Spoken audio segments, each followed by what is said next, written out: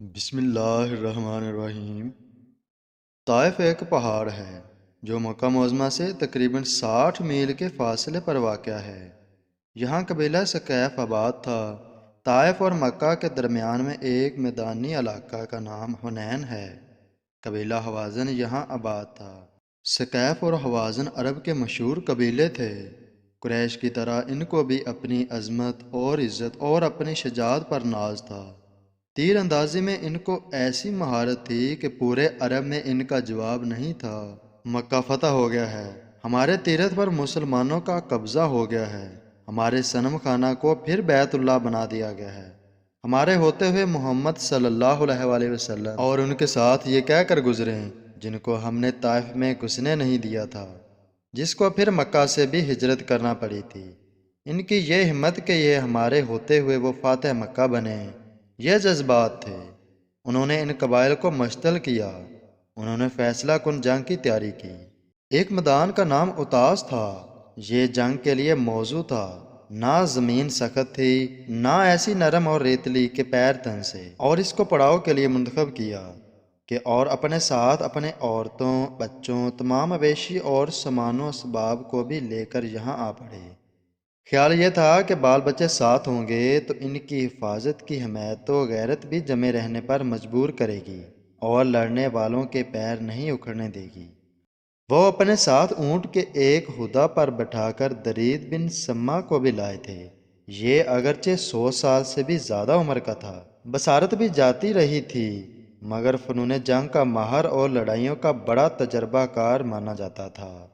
اس کو اسی غرض سے ساتھ لائے تھے تاکہ نازک موقع پر اس سے رہنمائی حاصل کریں گے۔ درید نے عورتوں، بچوں اور بھیڑیوں بکریوں کی آواز سنی تو چونک کر بولا، یہ آوازیں کیسی ہیں؟ لوگوں نے غرض بیان کی۔ درید نے کہا، تم نے بڑی غلطی کی ہے۔ جب پیر اکھڑ جاتے ہیں تو نہ عورتیں اور بچے جما سکتے ہیں اور نہ بھیڑ بکریاں۔ میدان جنگ میں قدم جمانے والی چیز قوت بازو ہے، عزیز و کارب اور مال و دولت نہیں۔ مالک بن عوف نظری تقریباً 30 سالہ جوان اس جنگ کا سپہ سالار تھا۔ درید نے اس کو بلا کر سمجھایا کہ جنگجو بہادروں کو میدان میں رکھو، عورتوں، بچوں اور سامان و اسباب کو کسی قریب کے مکان پر محفوظ کر دو تاکہ اگر برا وقت آن پڑے تو ان کی عزت پر آنچ نہ آئے۔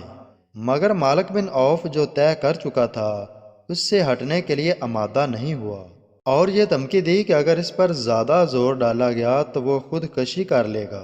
لوگوں نے یہ اصرار دیکھا تو خاموش ہو گئے۔ مالک بن عوف میدان میں پہلے پہنچ چکا تھا۔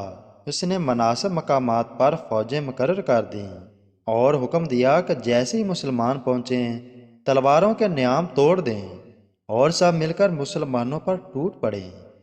تیر اندازوں کے دستے پہاڑوں کی کمین گاہوں میں بٹھا دیے کہ جب مسلمان اس طرف سے گزریں ان پر تیروں کی بارش برسا دیں۔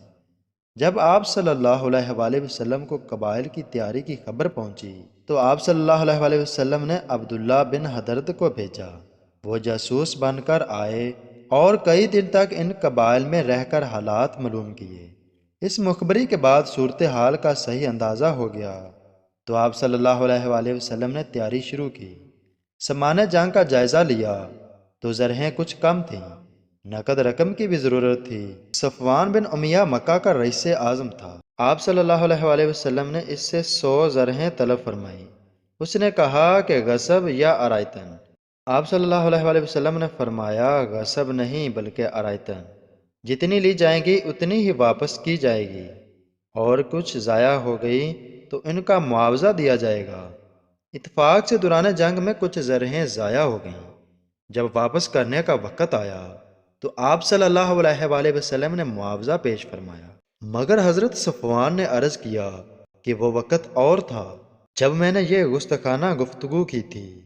اب تو اسلام میرے دل میں گر چکا ہے، زرہیں کیا اب تو جان کی پونجی بھی اس معذرت کے ساتھ حاضر ہے اور مسلمان ہو گیا۔